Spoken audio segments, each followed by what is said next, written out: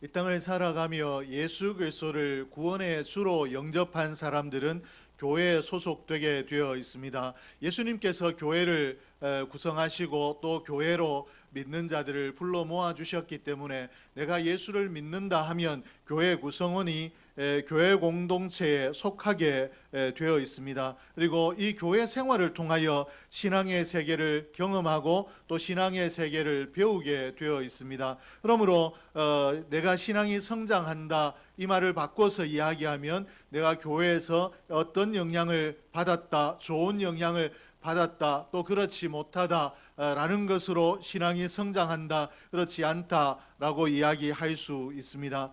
그렇기 때문에 우리가 교회를 중요하게 여겨야 되는데 내 신앙의 성장과 또 내 자녀들의 신앙의 성장, 그리고 내가 사랑하는 사람들의 신앙의 성장이 교회 가운데 달려 있기 때문에 이 교회를 얼마나 건강한 교회로 예수 믿는 자들 다 교회로 불러 모아 주신 하나님 때문에 예수 그리스도의 이름으로 우리가 여기에 모여서 그저 모였기 때문에 예배하고 모였기 때문에 활동도 하는 정도가 아니라 우리의 교회가 신앙에 긍정적인 영향, 그리고 신앙에 대단히 아름다운 영향을 끼칠 수 있도록 우리 교회를 성장시켜 나가기 위해서 우리가 부단히 노력하고 힘써야 되는데, 이 교회가 건강한 신앙 공동체가 되면 우리 자신도 건강한 신앙생활을 할 수 있기 때문에 그렇습니다. 그리고 내가 교회를 통해서 건강한 신앙의 영향을 받지 못했기 때문에 오늘 내 신앙이 이와 같다라고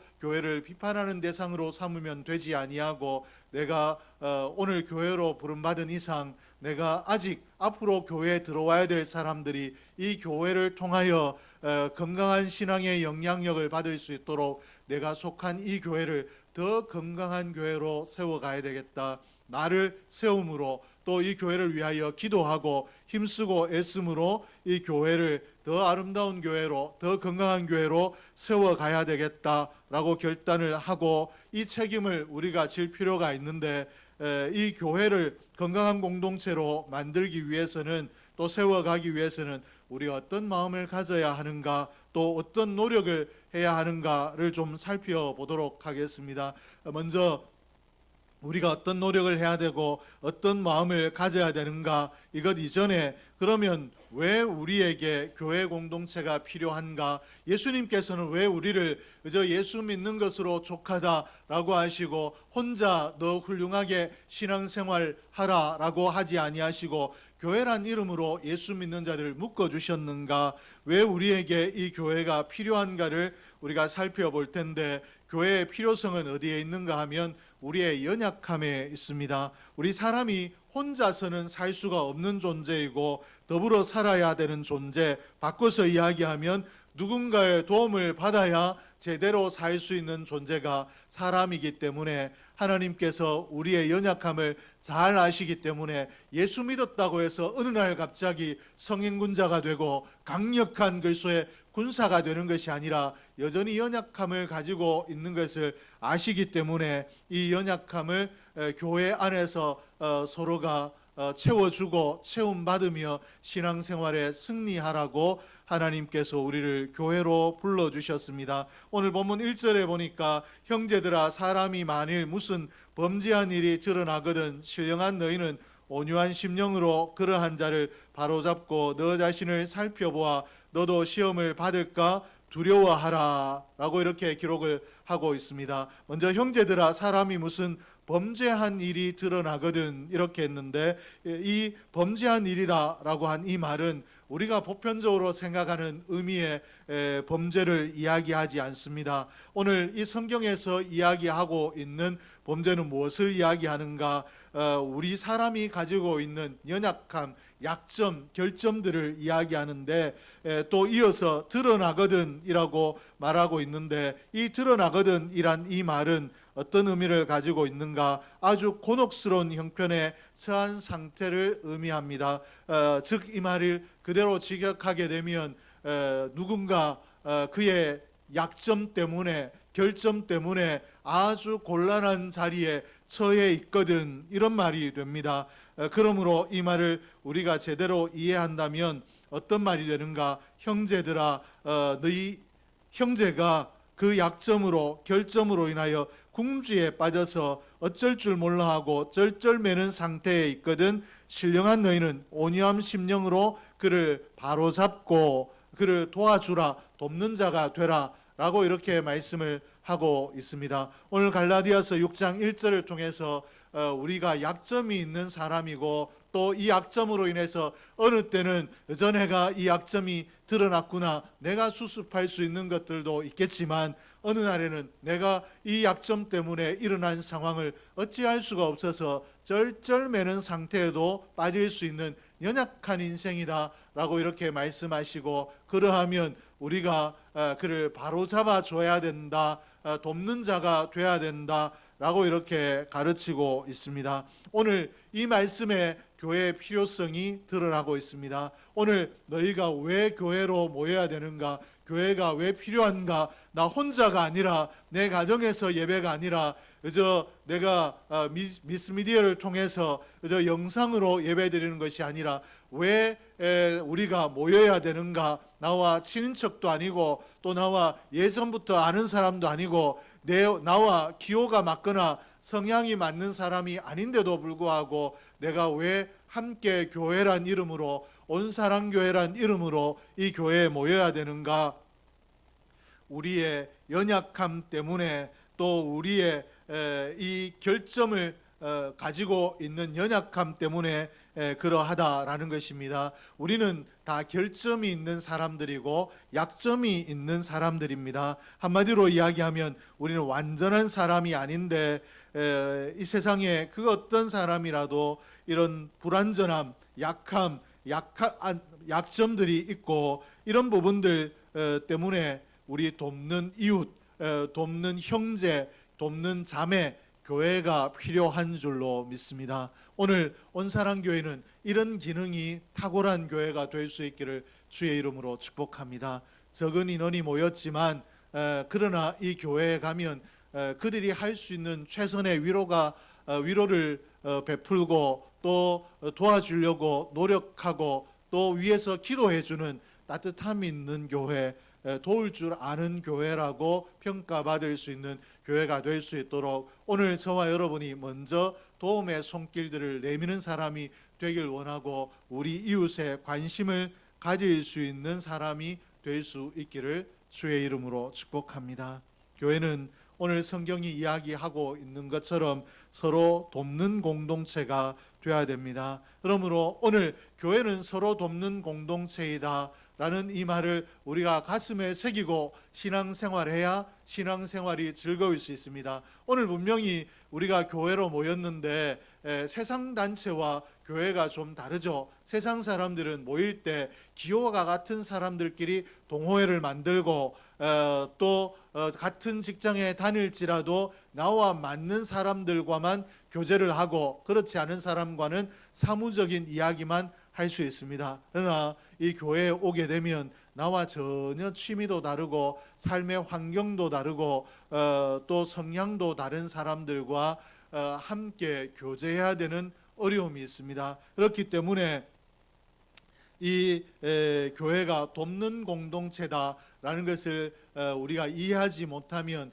이 교회, 우리 교회는 나와 취미가 같은 사람들이 없기 때문에 이 교회 생활이 즐겁지 않다라고 생각할 수가 있고, 이 교회에 나처럼 지적인 수준에 있는 사람이 없고 대화가 잘 통하는 사람이 없다, 그러므로 이 교회가 나와 잘 맞지 않는다 라고 생각할 수가 있습니다. 그러나 교회가 서로 돕는 공동체다라는 이 말을 우리가 기억한다라면 나와 지적인 수준이 맞지 않는 사람, 대화가 통하지 않는 사람, 또 나와 성향이 다른 사람을 만날 때 우리가 어떻게 생각해야 되는가? 내가 가진 지식으로 저 사람을 도울 수 있겠구나. 성향이 다르기 때문에 약점도 또 결점도 분명히 다를 텐데 나의 이 성향으로 그 사람의 부족한 부분을 내가 채워줄 수 있겠구나 라고 생각한다면 우리 교회 생활이 신바람이 날 줄로 믿습니다.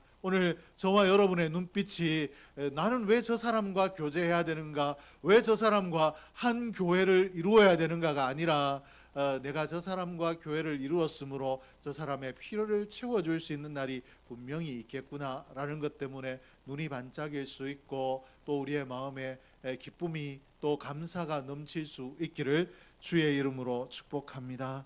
서로에 대해서 판단하거나 정죄하거나 감독이 되려고 우리가 교회로 모인 것이 아니라 교회는 이뤄야 되고 교회가 이뤄야 되기 때문에 당신이 내게 이런 사람이 돼야 된다라고 판단하고 정죄하려고 모인 것이 교회가 아니라는 것입니다. 교회는 내가 가진 것으로 내가 할 수 있는 힘으로 상대방을 돕기 위해서 모인 공동체라는 것을 기억할 수 있기를 주의 이름으로 축복합니다.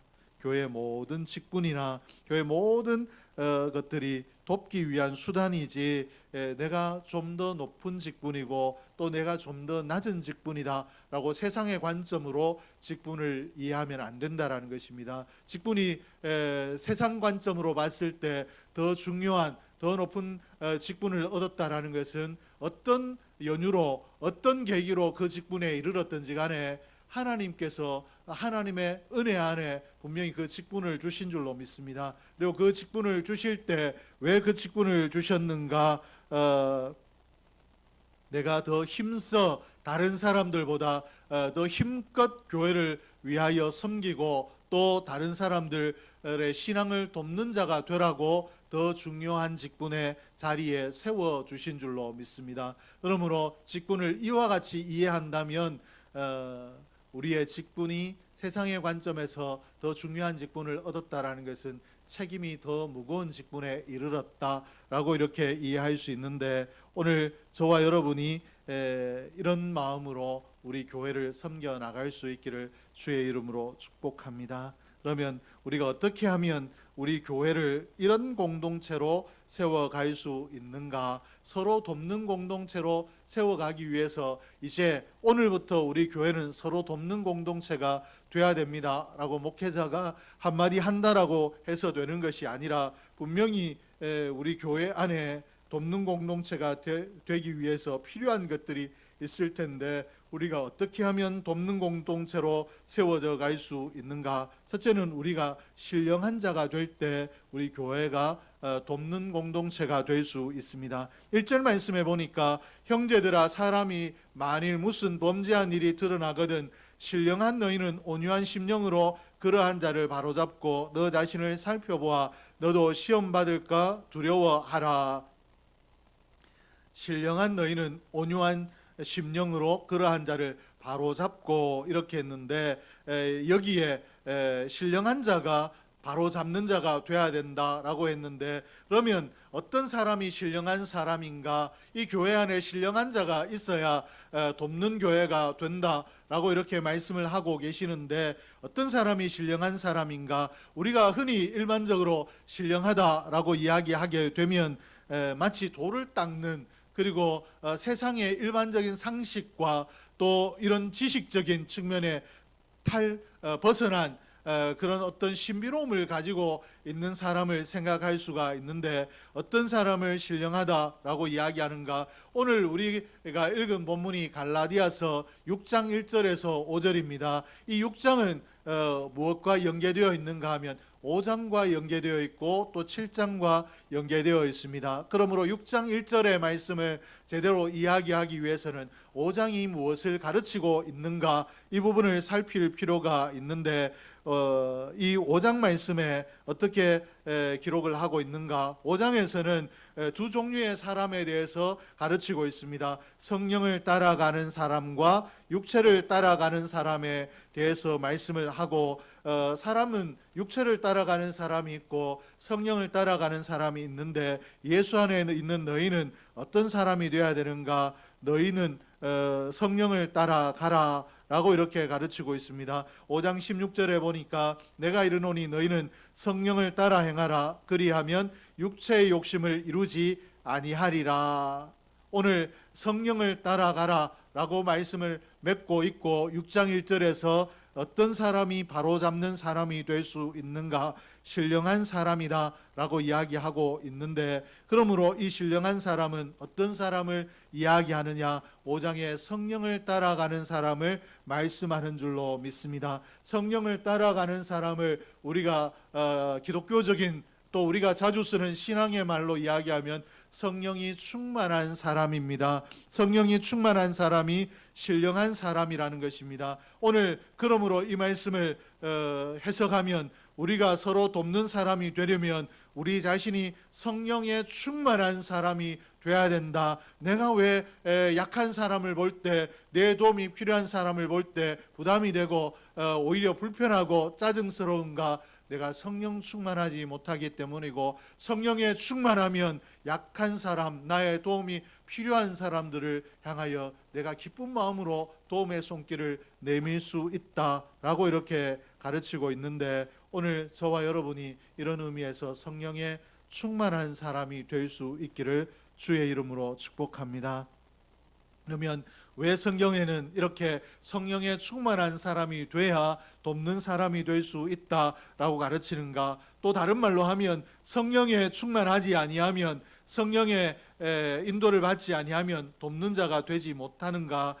그렇다라고 성경이 가르치고 있는데, 왜 그런가 하면 교회 특성 때문에 그렇습니다. 교회라는 공동체는 일반적인 공동체와 달라서 성령의 인도함을 받는 공동체이고, 한마디로 교회를 성령 공동체, 성령께서 역사하시고 성령께서 이끌어 가시는 공동체라고 할 수 있는데, 교회가 그러하기 때문에 그렇습니다. 우리가 서로 학벌이 다르고 또 성향이 다르고 집안이 다르고 혈통이 다르고 다 달라도 우리가 무엇으로 하나 될 수 있는가 하면 성령의 끈으로 우리가 한데 묶여 있기 때문에 성령으로 말미암아 하나 될 수 있는 줄로 믿습니다. 성령이 우리 가운데 역사하지 않으면 우리는 날마다 다툴 수밖에 없고 날마다 다른 것 때문에 불편해할 수밖에 없지만, 우리가 성령이 우리 안에 계시면, 성령이 묶는 끈으로 우리를 묶어주시면 우리가 충분히 하나 될 수 있다라는 것입니다. 그러므로 오늘 성령께서 한 끈으로 묶고 계시는 성령 공동체이기 때문에 우리가 돕는 공동체, 한 공동체로 서로 도우며 살아가기 위해서는 무엇이 필요한가 하면 우리 안에 계시는 성령의 폭발, 성령께서 온전히 나를 주장하시는 것, 성령의 충만이 필요한 줄로 믿습니다. 빌립보서 2장 17절에서 18절에 보니까, 만일 너희 믿음의 재물과 봉사 위에 내가 나를 전제로 드릴지라도 나는 기뻐하고 너희 무리와 함께 기뻐하리니 이와 같이 너희도 기뻐하고 나와 함께 기뻐하라. 바울이 이 교회 공동체를 향해 고백하고 있는 헌신의 고백인데, 내가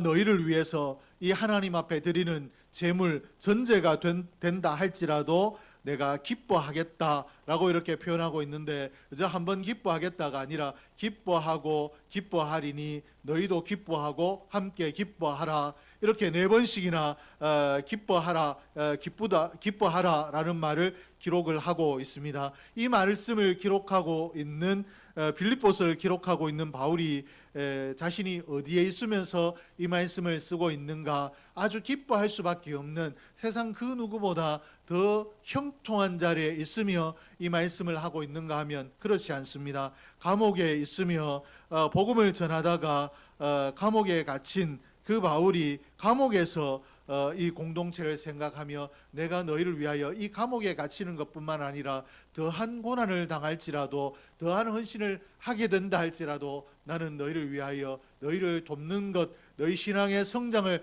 돕는 것, 이것을 기뻐하겠다라고 이렇게 고백하고 있는데, 바울이 어떻게 해서 이런 고백을 할 수 있었는가? 내가 주의 일을 했는데, 하나님의 일을 했는데 어떻게 이런 어려움에 처할 수 있습니까? 라고 하나님께 원망하지 아니하고 오히려 지금 내가 갇힌 자리에서도 할 수 있는 것이 있으면 지금보다 더 힘써 돕겠다라고 이야기하고 도우며, 이렇게까지 해야 됩니까가 아니라 기쁨으로 돕겠다라고 이야기하고 있는데, 어떻게 이렇게 할 수 있는가? 성령의 인도를 받고 있기 때문에 그렇습니다. 바울이 성령의 인도를 받아 이와 같이 기쁨으로 교회를 도울 수 있었던 것, 빌립보 교회를 돕겠다라고 했던 것처럼 오늘도 성령의 충만하면, 그리고 성령의 인도함을 받는 신령한 자가 되면 교회를 위하여, 또 교회 한 권속된 자들을 위하여 돕는 자로서 기쁨으로 생활할 수 있을 텐데, 그러므로 오늘 저와 여러분이 우리의 신앙생활이 신명날 수 있도록, 기쁨이 넘칠 수 있도록 하나님 성령의 충만을 주십시오라고 기도할 수 있기를 주의 이름으로 축복합니다. 그러면 둘째로, 우리가 어떻게 할 때 우리 공동체가 돕는 공동체가 될 수 있는가? 우리가 온유한 심령을 가질 때 돕는 공동체가 될 수 있습니다. 오늘 온유한 심령이라고 말씀하고 있는 이 말씀은 우리가 권속된 자들, 형제된 자들, 자매된 자들 도울 때 어떤 자세로 도와야 되는가, 우리 도움의 자세에 대해서 가르치고 있는데, 한마디로 이야기하면 온유한 자세로 도움을 주라라는 것입니다. 즉 다른 사람을 도울 때 내가 온유한 자가 돼야 된다라는 것인데, 이 온유함이란 어떤 말을 어떤 의미로 사용되고 있는가 하면 절제되고 통제되는 것을 이야기합니다. 남을 도울 때 내가 어떤 상태가 되어야 되는가? 절제하는 자가 되고 나를 통제하며 도와야 된다. 그래야 진짜 돕는 자가 될 수 있다라고 이렇게 말씀을 하고 있습니다. 오늘 내가 남을 돕기 위해서는 나 자신을 통제할 줄 알아야 되고, 통제하지 못해서 돕는 일에 지나침이 없어야 된다라고 이렇게 말씀을 하고 있습니다. 우리가 돕다 보면 왜 그렇게밖에 살지 못했느냐, 왜 이렇게 하면 될 텐데 이렇게 하지 않고 그렇게 했느냐라고 정죄하거나 아니면 또 얕잡아 보거나 무시할 수 있는 것이 우리 인생입니다. 나보다 못한 사람, 내가 도와야 될 대상을 나보다 낮추어 보기 쉬운 교만함을 가지고 있는 우리이기 때문에, 내가 누군가를 도울 때 온유함으로 도와라, 절제하고 통제하는 마음으로, 내가 저 사람보다 낫다라는 마음이 일어나거든 절제하고 통제하는 마음으로, 결코 아니고 내가 마땅히 도울 자를 돕는 것이고 하나님 주신 은혜로 마땅히 도와야 된다 라는 이런 마음으로, 온유한 마음으로 도와야 된다. 그래야 우리 교회가 돕는 일로 인하여 시험에 들지 아니하고 늘 은혜 충만한 교회가 된다라고 가르치고 있는데, 오늘 저와 여러분에게 이런 온유함이 있기를 주의 이름으로 축복합니다. 그리고 셋째로 회복시킴입니다. 이 말씀은 상대를 향한 도움의 성격이 어떠해야 되는가라는 것을 정하고 있는 것인데, 1절에 바로 잡는다라는 말을, 이 말이 회복입니다. 이 바로 잡는다라는 말이 기록되어져 있는데, 이 말은 회복시킨다라는 뜻인데, 그러므로 이 남을 돕는 일은 그 사람을 회복시키는 그 일이 돼야 된다. 그래야 교회가 돕는 공동체로 제대로 설 수 있다라고 이렇게 가르치고 있습니다. 이 회복시킨다, 바로잡는다라는 이 말을 두 가지 경우에 사용된 원어인데, 하나는 뼈가 어긋났을 때 제대로 맞추는 이 일을 바로잡는다라고 사용을 했고, 또 다른 하나는 어부들이 터진 그물을 기울 때 바로잡는다라는 이 단어를 사용하였습니다. 그래서 우리가 이 바로잡는다라는, 회복시킨다라는 이 말씀을 통해서 교훈을 얻어야 되는데, 다른 사람들을 도울 때 그 사람에게 회복이 필요한 부분, 결핍되어 있는 부분을 채워주는 것이 도움이지, 그 사람을 이제 이렇게 살지 말아야 된다라고 내가 원하는 사람으로 길들이거나, 또 내가 생각하는 대로 너 이것을 고쳐야 다르게 살 수 있다라고 뜯어 고치려고 하는 마음으로, 너 이거 고치면 내가 도와주겠다라는 마음으로 도와서는 안 된다라는 것입니다. 필요가 있는 사람들, 도움의 손길이 필요한 사람들을 만날 때 그저 도움의 손길을 베풀고 그 사람의 삶이 고쳐질 수 있도록은 내가 그를 위하여 기도함으로 하나님께서 역사하시도록 하나님께 맡겨야 되지, 내가 작은 것을 도우면서 그 사람의 삶을 뜯어 고치려고 간섭해서는 안 된다라고 가르치고 있습니다. 그리고 우리 교회가 제대로 된 공동체, 돕는 공동체가 되기 위해서 말씀하고 있는 것이 자신을 돌아볼 줄 알아야 된다라고 가르치고 있습니다. 교회가 진짜 돕는 공동체가 되기 위해서는 자신을 돌아볼 줄 알아야 된다.